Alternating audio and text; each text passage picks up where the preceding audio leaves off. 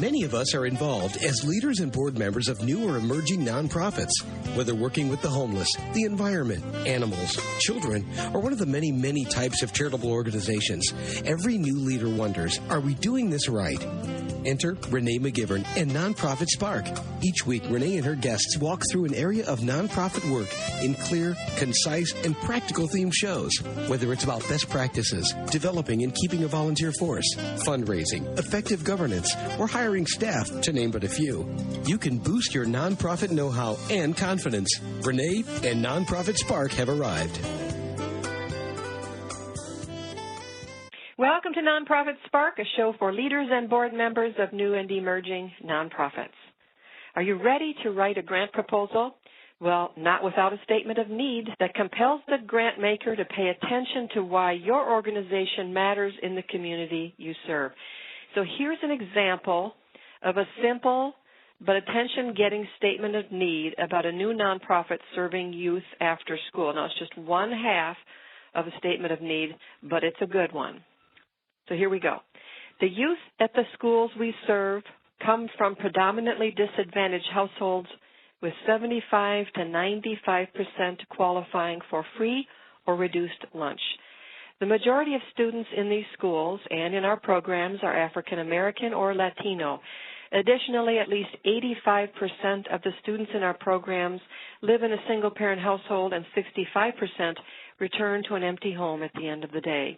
Nationally, on school days, 3 to 6 p.m. are the peak hours for teens to commit crimes, be victims of crimes, and smoke, drink, and use drugs. This statistic rings true for New York City as well. The highest rates of arrests of juveniles committing violent crime and youth victimized by crime occur during this period. It is absolutely vital to have safe, productive, and educational after-school programs for middle and high school students in New York City. This is what we provide. Now, my guest this week wrote that statement of need. He's a grant writer who works with nonprofits throughout the U.S., and a big part of his job is helping them articulate this statement of need. He says it is the most important component of every grant proposal. Aaron Rome has been a grant writer and even a grant maker for 17 years. His fundraising experience started in his mid-20s when he founded a nonprofit aimed at improving education at urban high schools. On this show, he talks about what you need to write a compelling statement of need and also what to look for when hiring a grant writer for your organization. And no, you do not pay a grant writer by giving a percentage of a grant you receive. You pay the grant writer by the hour or project as you would any other fundraising consultant. Welcome to Nonprofit Spark, Aaron.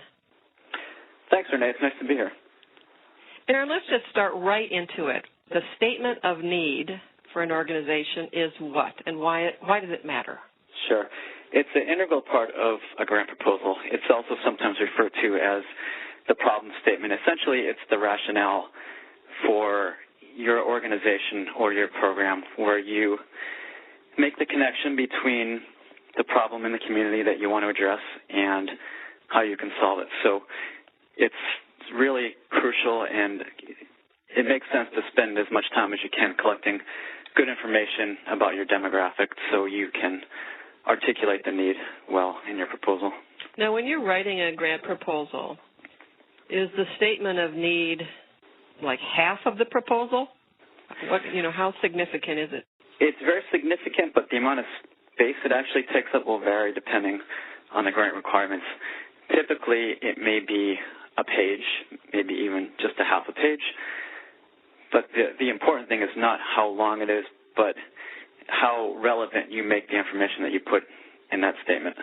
Now, when I think about a statement of need, I think about, as a communications person, I'm the one that writes brochures and gets information on the website. Is that something that actually is published elsewhere for an organization, so there's almost like two reasons for having it as opposed to just putting it into a grant proposal?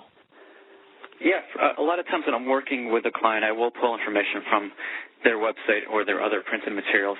Typically, you can't just plug and play somewhere else, paste it somewhere else. You'll need to modify it so it fits what the funder is looking for, that particular funder.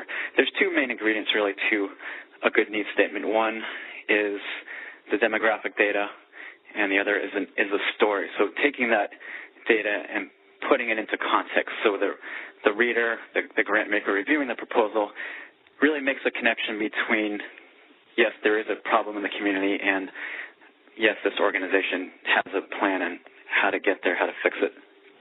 You know, when you're working with a client, Aaron, and you're working on their statement of need, does it ever happen that they'll hand you something or they'll answer your questions and you push back and say, you know what, that's just not strong enough?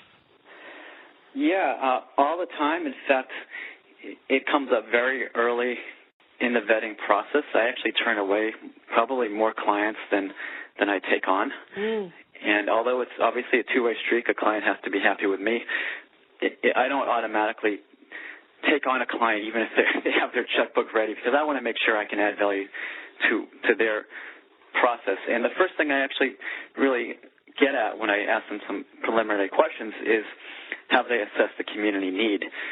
And if it's too broad or they haven't really thought through it, that's one of the things I'll ask them to really think about and come back to me later. And I can give you a couple examples if you want, just about some interesting conversations I've had. One, and this sort of gives the full spectrum from someone who really hasn't thought it through to someone who has on a very different level.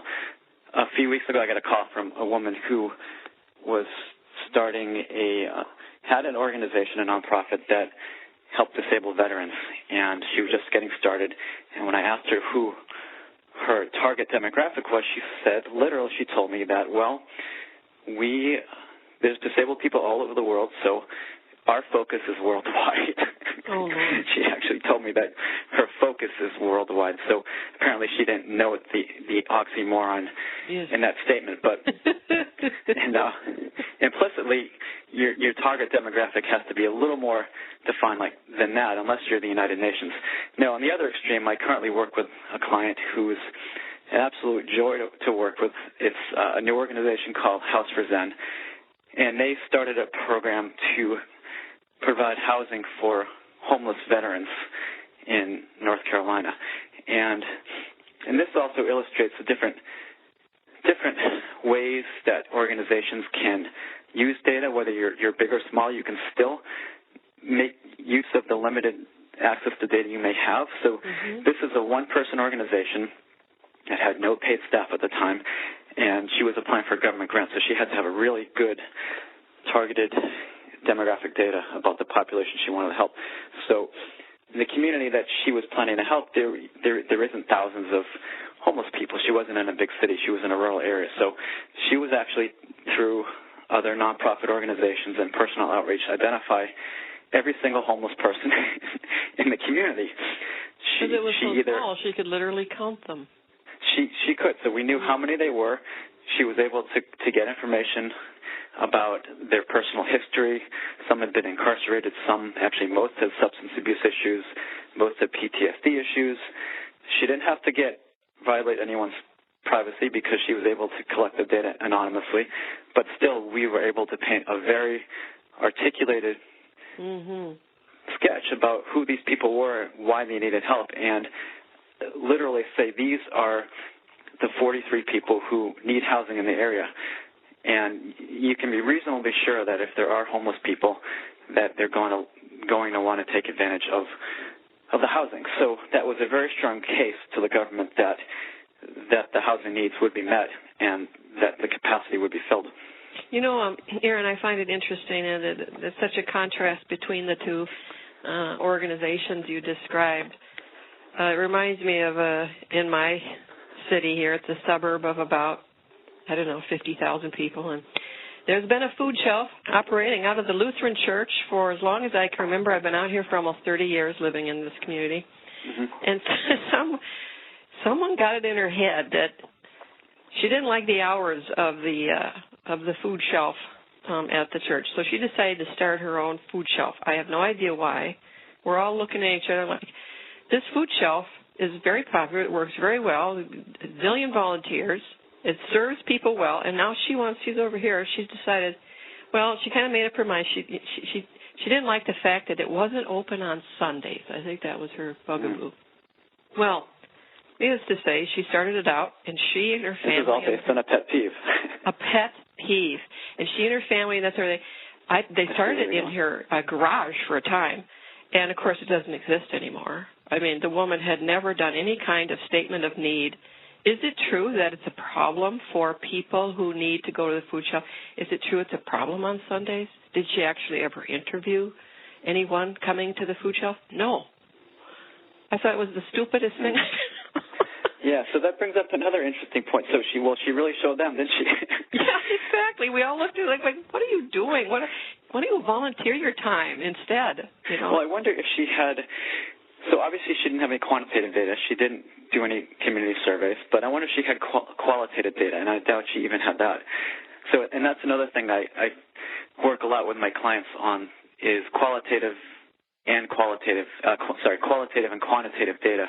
Two very different types of data, and they both serve different purposes. So on the one hand, a large organization may have access to a lot of quantitative data, such as a group that works in the school systems. You can get attendance rates, you can get dropout rates, behavioral issues, suspensions, that sort of thing. Qualitative data is more subjective. It's based on conversations. It's based on community feedback or perceptions that people have. So in the case of this woman setting up the food pantry, she had even done some informal conversations with people in the neighborhood. I'm guessing she would have found out that there really isn't a need on Sunday.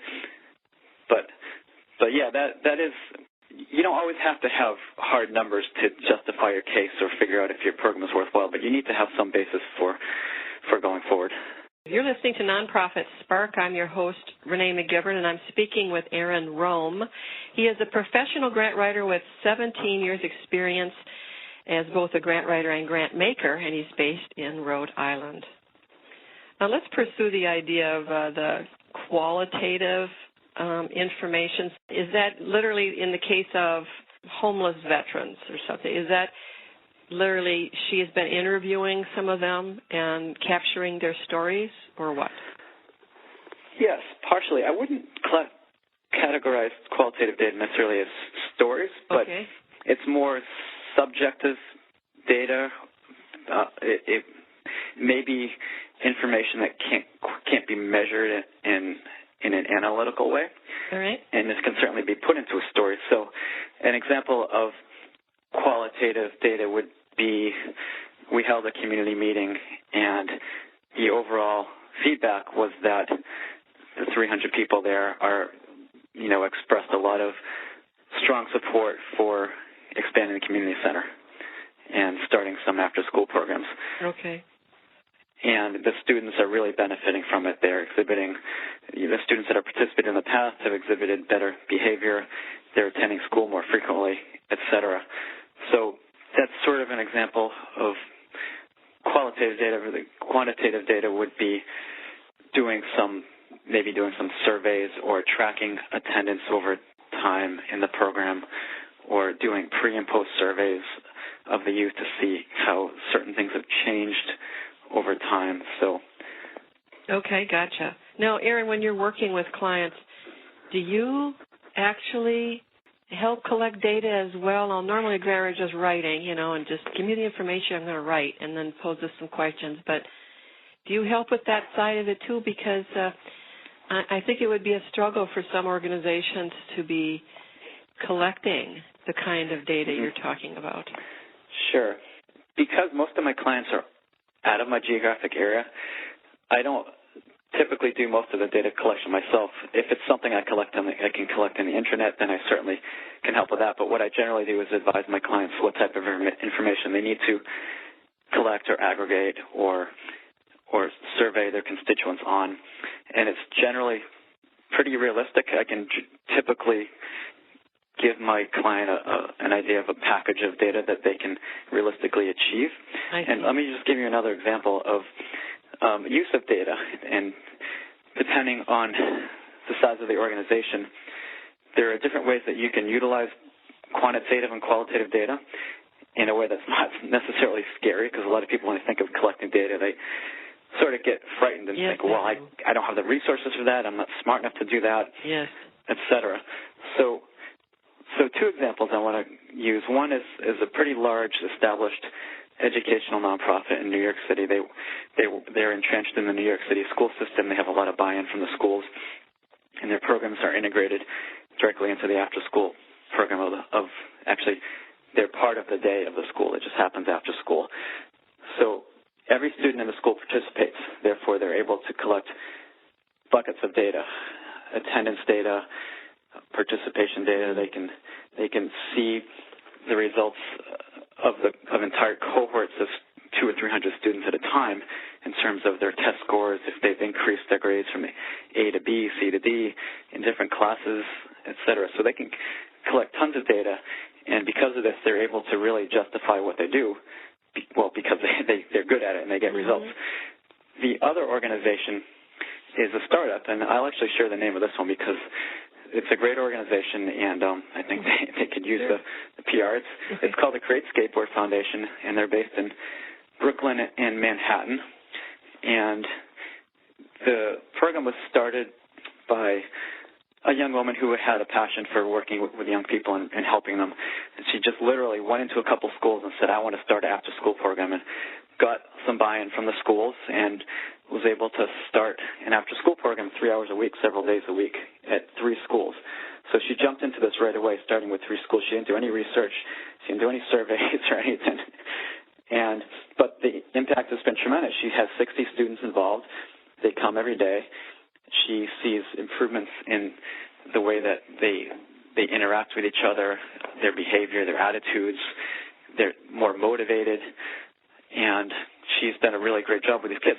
So one thing about the data she collects, well, it wouldn't make sense for her to collect aggregated data on the cohort of 9th grade students in the entire school she works with, because she only works with 10 kids from that grade.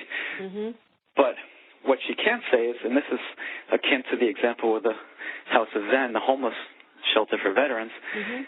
she does know these particular kids very well in her program. So she knows how many of these kids come from single-parent households, how many kids go home to an empty house every day. She knows how they've improved from one semester to the next. So she's actually able to drill down pretty deep in terms of data on these specific young people and show a difference in the outcomes for these kids. And that's crucial. So while she may not have been able to, if she started from scratch and tried to get someone to fund her program from ground zero with no money and no experience, she probably wouldn't have gone anywhere because she wouldn't really have been able to justify it. But since she did take that leap of faith, she must have had some inkling that this program was needed and there was interest in the schools. She just went ahead and did it, which is great, and it worked. And now she actually can start collecting meaningful data, even though it's different kind of data than the larger organization is getting. It's realistic for her, and it's meaningful, and it's not going to be looked down upon by grant makers because there's not as much of it, or it's not as deep because it is relevant for her program. All right. So in her case, you're saying what works is that because it's a manageable number of young people she's working with, she literally knows them. She has an advantage. It can work for her because she knows them so well. As you said, then she can drill down deep.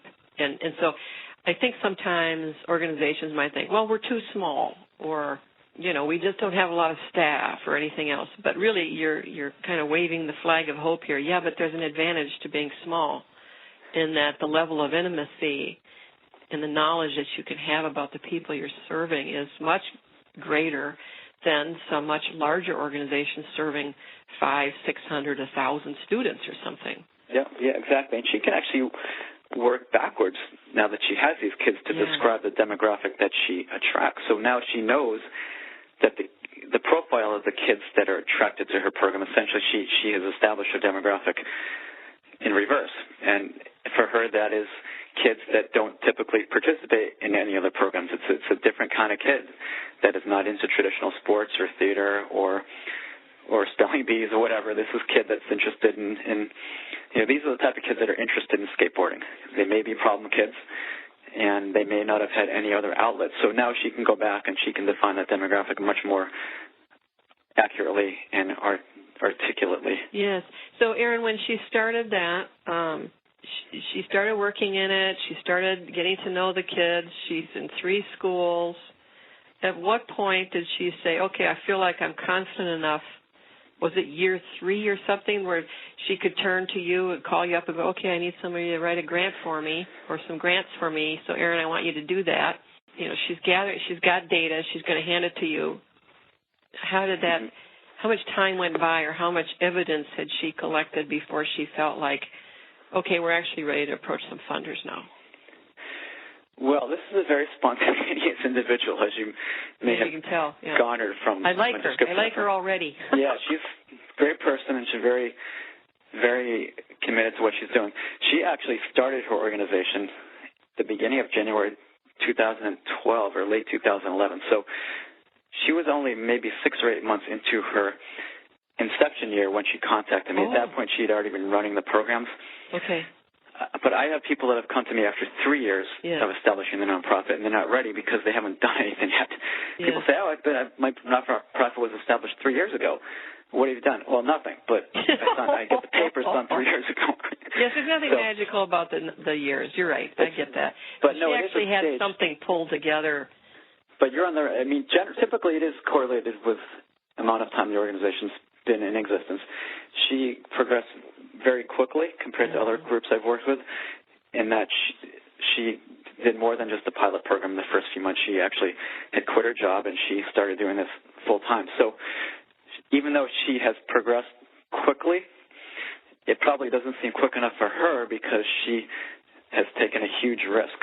And unfortunately, grant money doesn't materialize that quickly. It takes several months, 3 to 6 months before that pipeline really gets going. You get to know funders, and you start to get your grants in when the deadlines are and develop the materials. So it is quite a lengthy process, but in her case, she was ready because she had already had experience and a track record behind her. And that's one of the main reasons I actually will turn away potential clients, is if they come to me with an idea but no track record. I honestly don't want to take someone's money unless I know I can add value to what they're trying to accomplish. And if someone doesn't have a track record and they tell me they want to start a gymnasium that's going to cost $300 to build, I really feel like it's my obligation to be upfront with them and say, look, don't give up on your dream, but you're not quite ready for grant money yet. I typically advise someone like that to do something on a small scale first on a volunteer basis and learn and get some experience and then go from there, because funders want to see that you have a track record and know what you're doing before they take a risk on you. Well, we're going to take a little break for a word from our sponsor. We'll be right back. Clifton Gunderson and Larson Allen, 2 national accounting firms, have come together to form Clifton Larson Allen. The combined firm serves more than 5,900 nonprofit and government clients. You can call on Clifton Larson Allen for help with financial and compliance audits, tax preparation, temporary or full-time accounting assistance, and to develop proactive financial strategies for tough economic times. Clifton Larson Allen cultivates long-lasting client relationships so they understand the issues you've faced and the challenges ahead of you. Learn more about Clifton Larson Allen on their website at www.cliftonlarsonallen.com. Clifton Larson Allen, noticeably different. You're listening to Nonprofit Spark. I'm your host, Renee McGivern, and you can learn more about me on my company website at sparkplugconsulting.com. I am speaking with Aaron Rome. He is a professional grant writer with 17 years' experience as both a writer and grant maker, and he's based in Rhode Island. Aaron, what else do you want people to know about that statement of need? I guess to revisit, just to summarize what we've talked about, the need statement is crucial because it makes the case for what you want to do. You really need to make a connection between the demographic need for the population you want to serve and the programs and the outcomes that you want to achieve. And making that connection as clear, explicitly clear as possible is going to go a long way in getting your proposal approved. And the 2 main ingredients of the need statement are having good data and then connecting that all together with a story. And like I said, it's not critical that you have tons and tons of data. It's important that you have the right data and specific enough data so that so that the reader actually can see that there is a genuine need in the community that you want to address. Well, Aaron, I'm clear the value you provide to people who call you is this objectivity and knowledge about funders and what funders need to see. We could all say, I have a great idea, and we're starting to test some things out, and I've collected some data, and now I'm going to talk to you, and you'd still be the one looking at it going, not going to happen here. So as you say, you actually turn people away. And when you are up against a client, they might even have great data, and yet they seem to be unrealistic about their expectations for funding, then how do you handle it? You just don't work with them? What do you say to them? Well, like you said, I think what you pointed out is right on target, is that the expectations have to be realistic, and that's what I'm upfront with people about. If they have good data and they have a good program plan, and they have a track record, I'm always willing to work with someone. And the first step, typically, if someone doesn't have a funder identified, usually what I'll do is start the process with some research into grant makers in the particular area and in the industry or the nonprofit sector that they're looking to work in.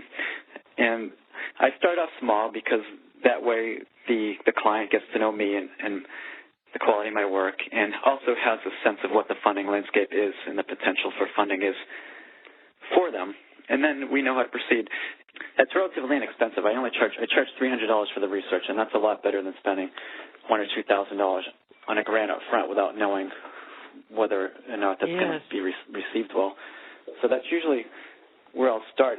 I do give my assessment to the client about what I think the reaction will be from funders, but I don't try not to make prejudgment until I do the research. So I actually, as part of the process, I will search through my databases and identify the funders, and then actually contact them in person, as many as I can, and speak to program officers at those foundations that seem most receptive, where the funding criteria matches the organization's goals and mission, and just bounce ideas off them. And usually the program officers, if you can reach them, are very helpful and upfront about what they think of the idea, and they obviously don't make commitments on the phone, but they will tell you, definitely send us a 2-page letter, or your organization is too young.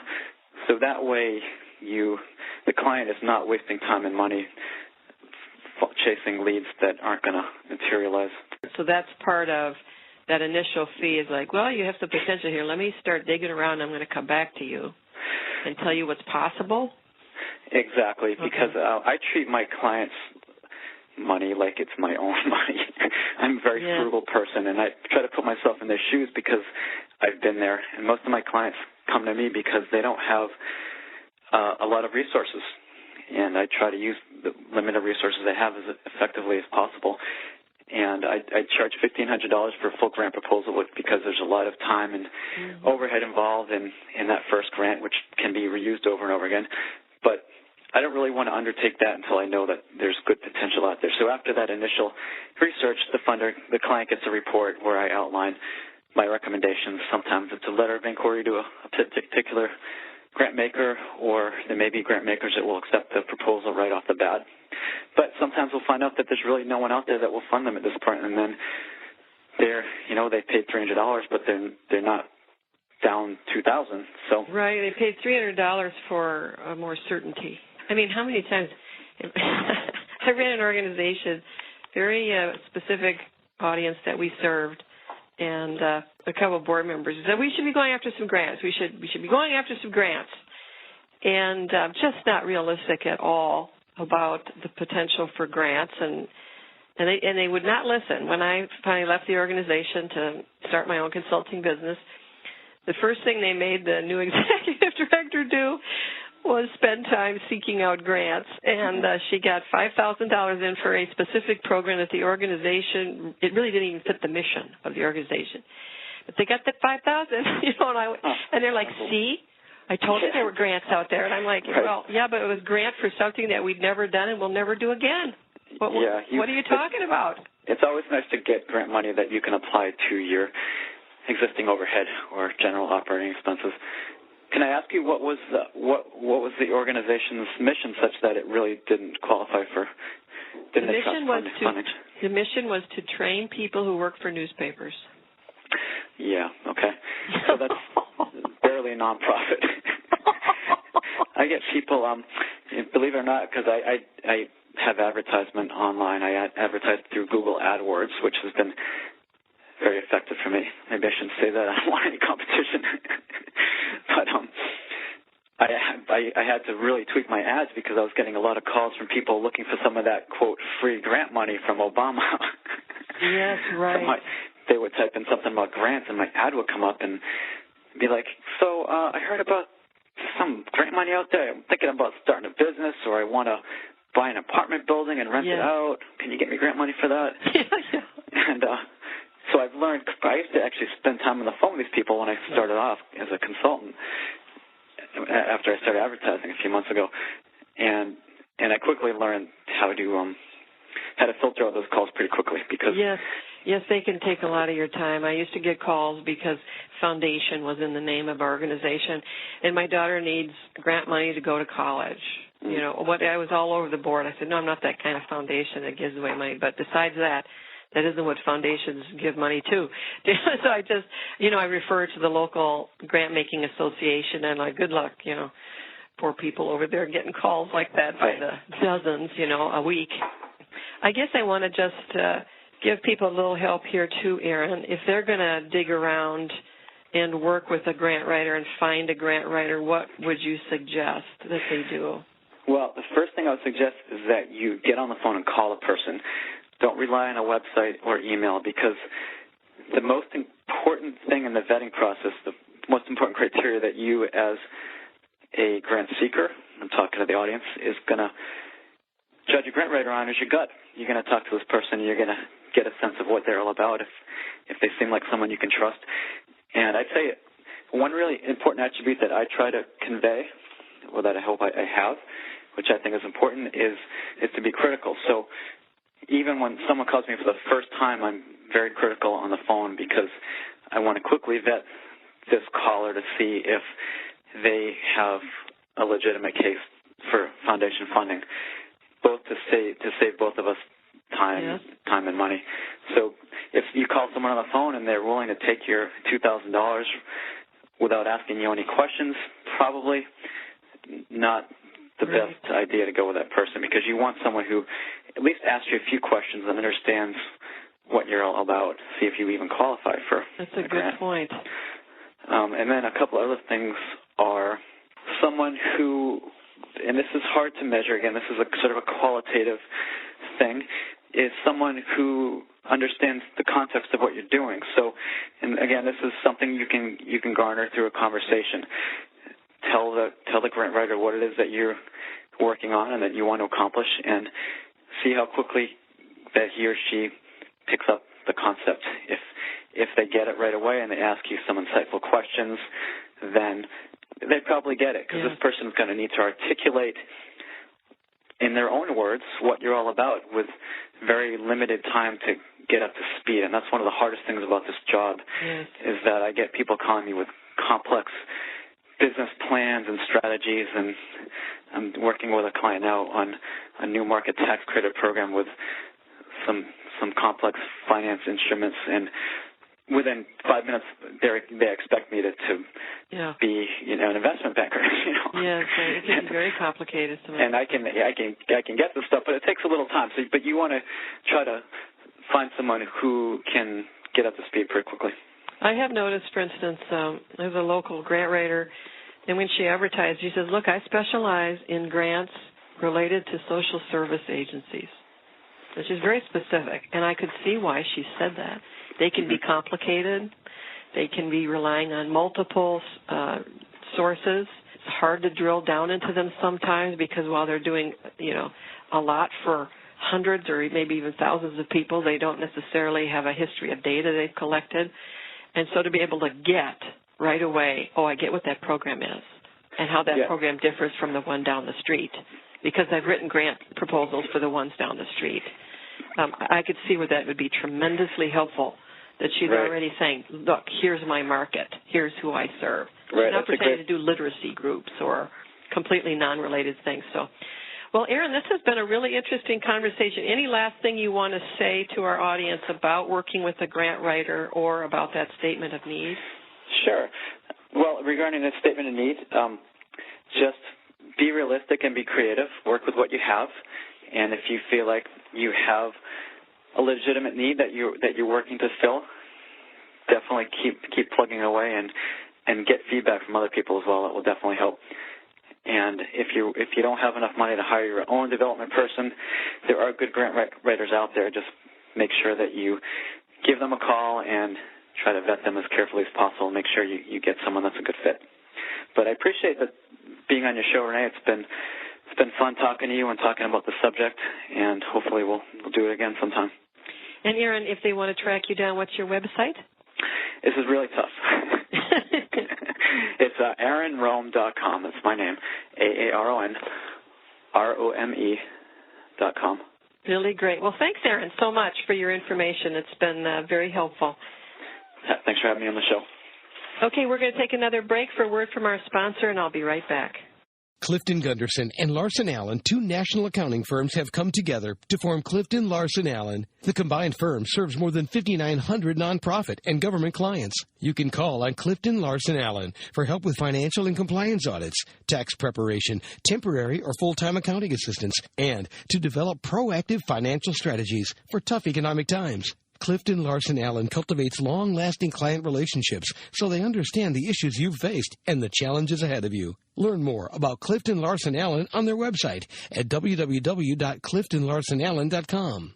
Clifton Larson Allen, noticeably different.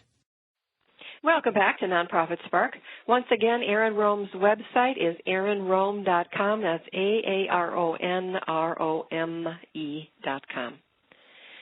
My guest this week, then, described two parts of a nonprofit's statement of need. So first, you must have demographic data that provides context about the problem your organization addresses.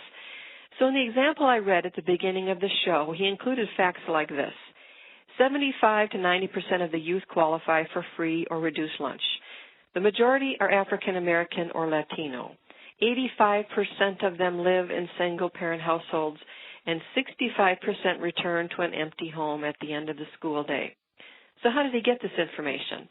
Well, in this case, the new nonprofit was small enough that the executive director could simply ask the youth she's serving for this information. Now, also in that sample case statement was broader demographic information like this. Nationally, 3 to 6 p.m. are the peak hours for teens to commit crimes, be victims of crimes, and smoke, drink, and use drugs. And this holds true for New York City as well. So where did that demographic information come from? Well, it came from Aaron, who got online and did some research to flesh out that statement of need. Now, the second essential element of a statement of need is a story that connects the data with the targeted group you're serving and the community need you're meeting. So what does the community say about your organization? How is your work making a difference? What do the youth say who participate? Now, if you're a really new organization, you may start with demographic information to justify the startup, and then you can develop and try out your services for a time before you could flesh out a complete statement of need and say what works. Now, if you're an emerging organization, it's time to revisit your statement of need to reflect changing demographics, new programs, and to tell new stories, including what you've learned along the way. When it comes to finding the right grant writer for you, I think Aaron was spot on when he said to interview and vet the person. Is she asking tough questions? Does she get what your organization is trying to do? Does she have specific experience in your area of service? And finally, do you have a gut feeling that this is the grant writer for you? Well, I hope you enjoyed the show. Follow me on Twitter at NonprofitSpark, one word, capital N, capital S. And check out the show's blog at nonprofitsparkradio.com. Please share the show with your colleagues and friends. It's a big help. Have a great week.